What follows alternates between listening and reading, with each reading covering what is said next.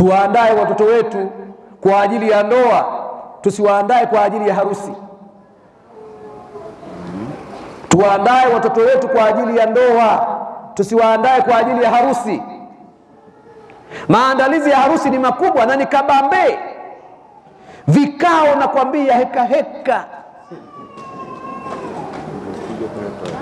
Lakini sasa harusi ikishaisha, changamoto. Hasa kumbe tunataka tubadilishe mipango.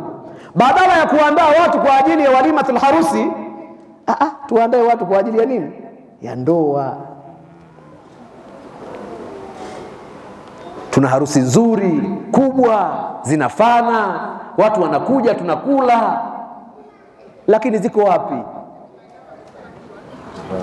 Mtihani.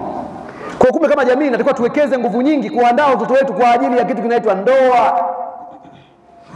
Tusimuulize unataka kuwa na harusi ya namna gani, tuwaulize unataka kuwa na familia ya namna gani. Aina ya familia ambayo mwanao ataichagua itatambua aina ya mke au mume anayetakiwa. Tujadili zaidi aina ya familia kuliko aina ya ndoa na harusi.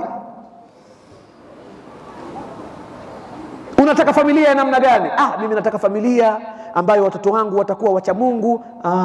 Basi bwana, tafuta mke mcha Mungu. Mimi bwana nataka familia ambayo mke wangu atakuwa mchakarikaji. Basi bwana, tafuta mwanamke mwenye elimu, anayemjua Mungu na anayetafuta riziki kwa mipaka. Mimi familia yangu bwana nataka mwanamke mchakarikaji. Mwambie kama unataka mchakarikaji bwana, pita njia hii. Kwa kina mama mna kazi. Wewe unajisikiaje bwana? Riziki ya ndoa anatoa Mungu, na ndoa ina mwanzo na ina mwisho kwa sababu misingi yake imewekwa katika sheria. Si vibaya tukawaandaa watoto wetu kupata ndoa zinazowafaa ili ziweze kudumu. Na kama zitakuwa zimefika mwisho, basi iwe ni katika mambo ya kadari, sio kwa mambo ya dunia. Maana pia ya ndoa ina mwisho, si ndio maana taraka zimewekwa, khulu zimewekwa, si ndio bwana? Watu wanajihurui katika ndoa, watu wanatoa taraka katika ndoa kwa sababu ni misingi ya sheria imewekwa. Lakini kama hakuna usababu, basi watu wakae kwa muda mrefu zaidi. Zamani ilikuwa tunahangaika na watoto wa wajane. Mama fulani mume wake alifariki, watoto wake wako wapi? Mama anaitwa mjane, watoto wanaitwa mayatima. Tunahangaika nao. Sasa kuna wale ambao sio watoto wa mjane wala sio yatima. Hawa idadi yao tunazidi kuongezeka. Wa inna ilaihi rajiun. Tunazidi kuongezeka.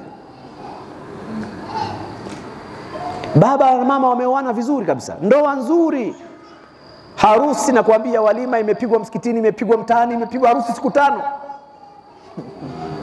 Lakini leo watoto wanakwenda kumuona baba kwa maelekezo ya ustawi wa jamii. Watoto wanakwenda kumuona mama kwa maelekezo ya ustawi wa jamii. Hiyo ni hatari kubwa sana. Hivi unadhani hao watoto ambao wanaunganishwa na baba, wanaunganishwa na mama kupitia ustawi wa jamii, kuna familia tunatengeneza hapa? Nakwambia kina mama, tuna kazi ya kwenda kutusaidia kufanya.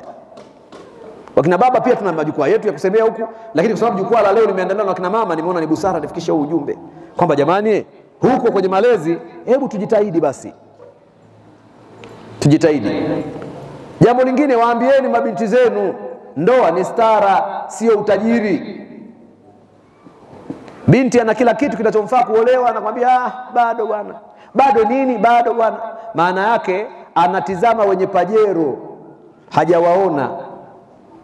Akiwaona ndo anapeleka taarifa nyumbani, mama nimepata mtu. Wewe hujapata mtu, umepata pajero. Pajero siku ikiondoka atamwacha pajero, atatafuta mwenye gari nyingine. Na mbaya zaidi katika hilo limekuja bado jambo la mahari. Mahari imekuwa na mtihani. Tunataka binti akiolewa tukarabati na nyumba, tumalize na magofu, tumalizie na mikopo tunayodaiwa. Sasa hizi ndoa za namna gani ndugu zangu? Yaani mtoto wako kuolewa wewe ndio umalize na madeni ya upatu? Kausha damu yote unataka uimalizie kwenye mahari ya mtoto? Sasa kwa sababu mume amejiumiza kutoa hela nyingi kwa ajili ya mahari, matokeo yake mtoto wako anakwenda kuishi maisha ya tabu kwa kufidia ile mahari iliyotoka kwa tabu. Sasa wewe vumilia bwana, mimi mahari yako unapata shida sana. Wewe kula mihogo tu hii, wali utakuja. Sheria inataka anayetakiwa kutamka mahari ya kuolewa ni nani? Ni binti. Lakini sasa tuna utamaduni mpya umekuja. Binti akitaka kupata mahari, wakina mama mnamzunguka, mnapanga naye mahari. Matokeo yake ndo haya ninayoyasema. Ni hatari. Binti anampenda kijana ambaye hawajataka kuingia kwenye machafu, wametaka kuoana, lakini kutakutana na kigingi cha mahari ambao hajapanga binti, kapanga nani? Shangazi, mama, bibi, nani. Anakuja kumwambia nyumbani wamesema 500,000. Sasa milioni 5. Wewe tuendelee kudunda tu kidogo kidogo. Hiyo ndoa hakuna tena. Anakuambia basi ngoja nikajipige. Kujipiga unaletewa mtoto wa kwanza nyumbani, unaletewa mtoto wa pili, unaletewa mtoto wa tatu. Alafu unamwambia halalisheni tu, Ramadhani inakuja hiyo. Naona mtihani huo. Lakini aliyesababisha tabu yote nani? Ungemwacha binti, akasema bwana, kwa namna ninavyompenda huyu kijana na hali ya nyumbani kwao ninavyoijua, mimi mama 200,000 hii sawa kwangu. Na kwa sababu uchumi wa kujaza watu hapa nyumbani hatuna, mama nadhani katika utaratibu wetu ule wa kilo 2 za nyama, mjomba na shangazi waje, akabidhiwa huyu mtumike, nimalize ile jambo. Lakini mama anasema haiwezekani, mimi nimewachangia sana watu hapa. Naona tabu tunazoziingiza kwenye mambo haya. Ndoa inapitia, yani hakuna taasisi inayosumbuliwa nchi hii kama ndoa. Upatikanaji wake wenyewe ni kama vita ya majimaji, ni mapambano. Ni mapambano kweli kweli. Kwa kwenye hili pia mama zangu, hebu tulitizame binti kama amefikia umri wa kuolewa na akawa amepata utashi wa kuolewa na mtu ambaye amempenda, kwa sababu msingi wa kwanza wa ndoa ni upendo.